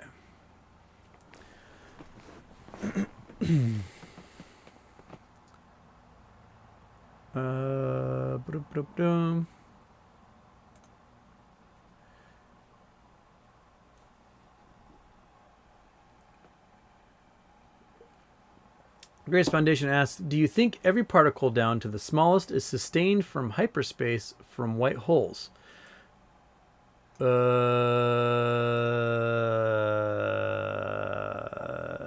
have no idea.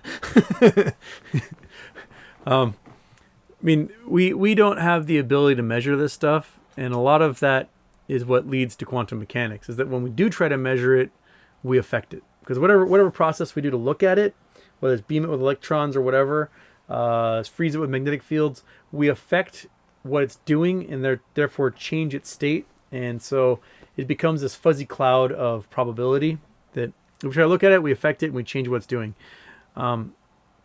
It's like how the science of in situ observations, like Eugene Goodall's, who go live with chimpanzees, right? If you're going to go live with the chimpanzees, you are essentially going to affect how they behave, because they won't necessarily behave exactly how they would if you weren't around, correct? So particles act the same way. If you're trying to look at an electron and try to figure out where it is at any one time, the moment you look at it, you change what it's doing, and it goes, oh, someone's looking at me.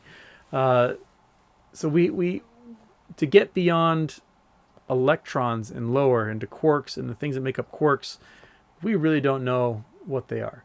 String theory proposes that everything's made of little strings. Those little strings vibrate at different frequencies, and that tells a particle what it is whatever frequency that string is vibrating at. The problem is that for a string to vibrate, it has to either be a different size or have different tension on it, and that changes how it vibrates. So what causes that different size? What causes that different tension? Would be other strings of different sizes. Is it just strings all the way down? String theory is, I think string theory is just a bunch of bullshit. Every professor I ever had who was an adamant string theorist was so bad at Newtonian mechanics and quantum mechanics that it was laughable. It's like they just grasped themselves onto string theory because they really couldn't do the regular physics very well. It was weird. And Green, Dr. Green, I can't remember his first name. He's a mathematician from Columbia, I believe. He did this whole wonderful PBS special about like where physics came from and step by step along the way. Did all these beautiful explanations from, theories of light, theories of gravity, relativity, quantum mechanics. And then he gets the episode of string theory, and it's like an hour of gibberish that he cannot explain to anybody that makes sense, because string theory has, for 55 years now, not a single experiment that is done where the hypothesis was that string theory would win out has proven string theory correct. It's done the exact opposite. It's every postulation by string theorists has been wrong. When Alexei Filipenko first at in a conference was giving a presentation on the discovery of dark energy, that's where the universe is expanding faster and faster. The string theorist got up and was like, yeah, that's impossible because string theory doesn't allow for it. And Alexei Filipenko's like, I don't give a rat's ass what string theory allows for. It's what's happening, and we can prove it.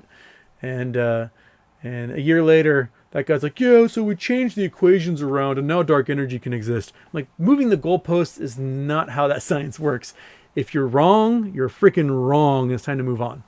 Yeah. Okay. Christopher Sawchuk asks via Super Chat, have you read anything on muons, subatomic particles that are throwing off how we understand physics? Also, GameStop should release smart toilets. Man, particle physics is definitely my sister's wheelhouse. Muons are weird. They have these really strange half-lives. And one of the things that's proven Einstein's theories of relativity is time dilation. That we have these muons that a particle hits something in our upper atmosphere and it knocks off a muon. And the muon should only exist for a fraction of a second before it blinks out of existence. But it gets knocked off at close to the speed of light. And so rather than traveling from the upper atmosphere and decaying and disappearing at this point, it makes its way to the surface and we find the muon. We can record it. And that's because it's flying at almost the speed of light, that to it only a couple of seconds have lasted. And to us, tens of seconds may have lasted, or whatever that dilation might be. So they were able to prove Einstein's relativity based on these weird little muons. Beyond that, I'll be honest, when I got to that part of my particle physics and quantum mechanics, my brain just went like womp, and just there's books. I have books here that I can read, and I still won't get all the particle physics. That is not my strong suit. I'm a much more big picture guy. Space rocks. That's my thing. Okay. Ed Johnson says, hi Houston, came in late. I'm wondering what your thoughts are on Nokia earnings tomorrow. I think Nokia is going to announce good earnings per share for their shares, and I'm hoping we see a push, that we see a stock push. I bought some calls just in case, to see if Nokia has good earnings reports. They announced a whole bunch of stuff about being able to getting contracts for 5G antennas in China. Their sales year over year, I think, are going to be higher. I'm not sure if their profit's going to be higher year over year. So that's where we are. Oh crap! It's 2:00. I have to go. Meet friends that are visiting from out of town for a late lunch. Thanks so much, everybody. Sorry I got to run. I'm going to do a show Friday day, not in the evening this time, because I have a friend, and I promised to walk dogs with him Friday evening, so I'm going to do a show Friday day. So next time you'll see me, probably around 12:30 or so Friday day, so look for that. We'll talk about how the week went and whether the Nokia had good earnings reports and so on. Thanks so much, everybody. Thanks for super chats. Thanks for jumping in. I love seeing you all and the awesome just ping pong ball me around pinball questions that we get. Thanks, everybody. Have a great day.